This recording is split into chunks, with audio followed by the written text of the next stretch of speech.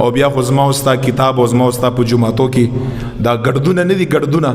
دا لک تر اوڅنډي دا تر لری کړی او دا ځان سره مصممه اراده وکړي چې ان شاء الله بیا په قرآن باندې ګرد نه غورځږي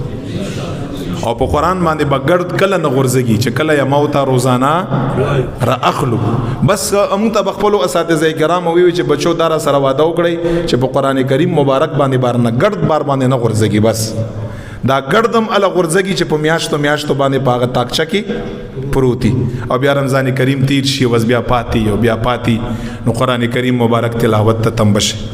چې غم راځي کنه غم موتا قرآن راخلو کنه په غم کې الکینه ختمونه وکړي کس هسپتال ته ورساو بیمار دی کس بهر ناراضي بهر زی فلان دی علما فرمایي چې اول نه قرآن را وخله چې سره نه غم راځي نه چې غم راشي قرآن را اخلي قرآن را وخله چې خدای پاک جل جلاله غم دفقه تکلیف بالکل دفقه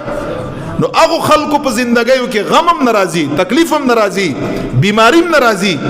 چې کوم خلکو خپل واسطه او تعلق قرآن سره جوړ کړي دا غي تلاوت سره جوړ کړي نو دی وجنه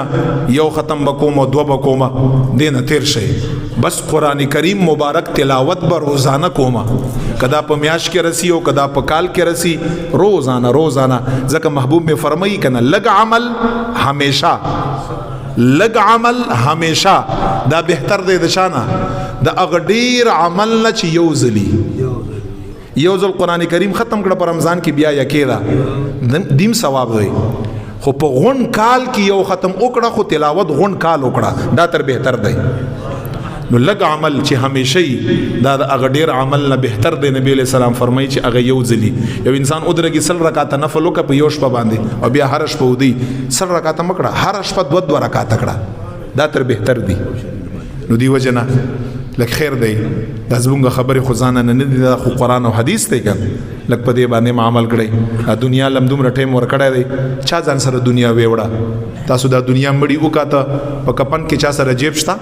وړی چا دولت مال پیسې نبی علیہ السلام څه فرمایي ستا مال کوم یو مال دی چې په خپله وخوړ یو دا ستا مال دی استعمال لکه دعا بل لا ورک دا درې د ستا مالونه دي نور د ستا نه دی دا بار نه پاتې کېږي خو په آخرت کې دنیا کې د اوخړم فایده تر وخښته په ځان د ولګاوم دا دنیا فایده بل لا ورک دا د آخرت فایده نبی علیہ السلام فرمایي دا ستا مال له نور د ستا مال نه اب چاته پاتې کېږي وارثانو ته پاتې کېږي